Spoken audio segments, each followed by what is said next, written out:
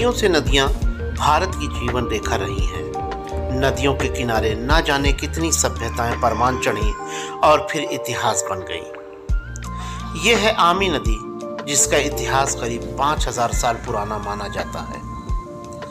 जनपद सिद्धार्थनगर से निकलकर यह नदी पड़ोस के संत कबीर नगर जनपद से होते हुए गोरखपुर तक लगभग 102 किलोमीटर का सफर तय करती है।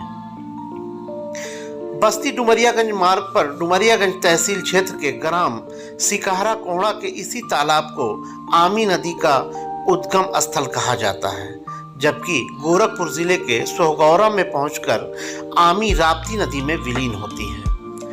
आमी नदी का इतिहास 5000 साल का है, लेकिन इसके आसपास रहने वाले इसे मरते हुए देखने को विवश हैं। इसके 5000 साल के इतिहास का साक्षी है सोहगौरा गांव। देश में 2 गांव ऐसे हैं जिनका 5000 साल का इतिहास मिला है। एक गांव राजस्थान में है और दूसरा गोरखपुर का सोहगौरा गांव। यह गांव आमी नदी के तट पर बसा है। सोहगौरा के बारे में हम आने वाले दिनों में आपको बताएंगे। इसी आमी नदी को पार करने के बाद राजकुमार सिद्धार्थ को दुनिया ने गौतम बुद्ध के नाम से जाना और पहचाना। राजकुमार सिद्धार्थ ने इसी नदी के किनारे अपने राजसी वस्त्र उतारकर ज्ञान की खोज प्रारंभ किया और बुद्ध कहलाए। बौद्ध धर्म के विस्तार की कवायद जब प्रारंभ हुई तो इसी नदी के किनारे सर्वप्रथम बौद्ध विहार बने।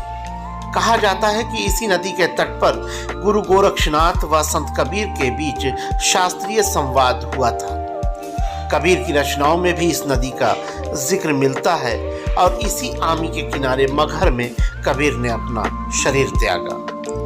सदियों की उपेक्षा के बाद अब इस नदी को उसका वास्तविक स्वरूप दिए जाने की कवायद तेज कर दी गई है। ऐसी मान्यता है कि सिकहरा कोहड़ा गांव में एक तालाब है जिसको आमी नदी का उद्गम स्थल बताया जाता है, और साथ में ये भी मान्यता है कि भगवान बुद्ध यहाँ पर प्रवास किए थे। इसके क्रम में एनजीटी द्वारा यहाँ पर सर्वेक्षण किया गया और आमी नदी का जो उसका उद्गम स्थल है और वहाँ से आगे जो आमी नदी है उससे जोड़ने के लिए, जो स्वरूप लेने के लिए इसका अधिग्रहण शासन द्वारा किया गया और शासन ने इस पे 8 करोड़ रुपए लगभग मुक्त भी कर दिए हैं और लगभग अधिग्रहण का काम भी बहुत तेजी से चल रहा है। बहरहाल एक सभ्यता के परवान चढ़ने की गवाह रही आमी आज अपने अस्तित्व की लड़ाई लड़ रही है।